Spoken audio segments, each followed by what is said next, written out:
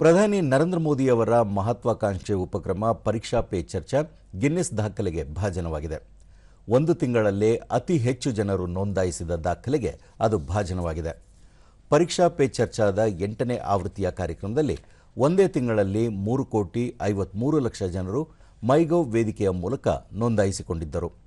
ಪರೀಕ್ಷಾ ಪೇ ಚರ್ಚಾ ಒಂದು ವಿಭಿನ್ನ ಪರಿಕಲ್ಪನೆಯಾಗಿದ್ದು, ಇದು ಪರೀಕ್ಷೆಯ ಸಂದರ್ಭದಲ್ಲಿ ವಿದ್ಯಾರ್ಥಿಗಳು, ಶಿಕ್ಷಕರು ಮತ್ತು ಪೋಷಕರೊಂದಿಗೆ ನೇರ ಸಂವಾದ ನಡೆಸುವ ಪ್ರಧಾನಿಯವರ ಕನಸಿನ ಕೂಸಾಗಿದೆ. ದೆಹಲಿಯಲ್ಲಿ ನಿನ್ನೆ ನಡೆದ ಕಾರ್ಯಕ್ರಮದಲ್ಲಿ ಶಿಕ್ಷಣ ಸಚಿವ ಧರ್ಮೇಂದ್ರ ಪ್ರಧಾನ್, ಕೇಂದ್ರ ವಾರ್ತಾ ಮತ್ತು ಪ್ರಸಾರ ಸಚಿವ ಅಶ್ವಿನಿ ವೈಷ್ಣವ್ ಮತ್ತಿತರರ ಸಮಕ್ಷಮದಲ್ಲಿ ಗಿನ್ನಿಸ್ ದಾಖಲೆಯ ಪ್ರಮಾಣಪತ್ರವನ್ನು ಅಧಿಕೃತವಾಗಿ ವಿತರಿಸಲಾಯಿತು.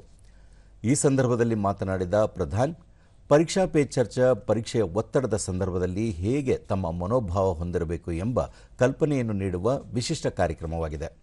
ಕಳೆದ 8ನೇ ಆವೃತ್ತಿಯ ಪರೀಕ್ಷಾ ಪೇ ಚರ್ಚಾ ಕಾರ್ಯಕ್ರಮವನ್ನು 21 ಕೋಟಿಗೂ ಅಧಿಕ ಜನರು ನಾನಾ ಮಾಧ್ಯಮಗಳ ಮೂಲಕ ವೀಕ್ಷಿಸಿದ್ದಾರೆ ಎಂದರು.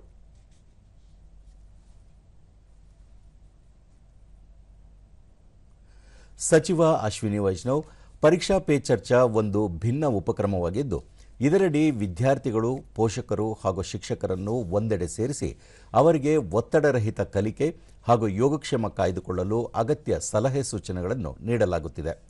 ಇದು ಗಿನ್ನಿಸ್ ದಾಖಲೆಗೆ ಪಾತ್ರವಾಗಿರುವುದು ಸಾರ್ವಜನಿಕ ವಿಶ್ವಾಸಾರ್ಹತೆಯ ಸಂಕೇತವಾಗಿದೆ ಎಂದು ಹೇಳಿದ್ದಾರೆ.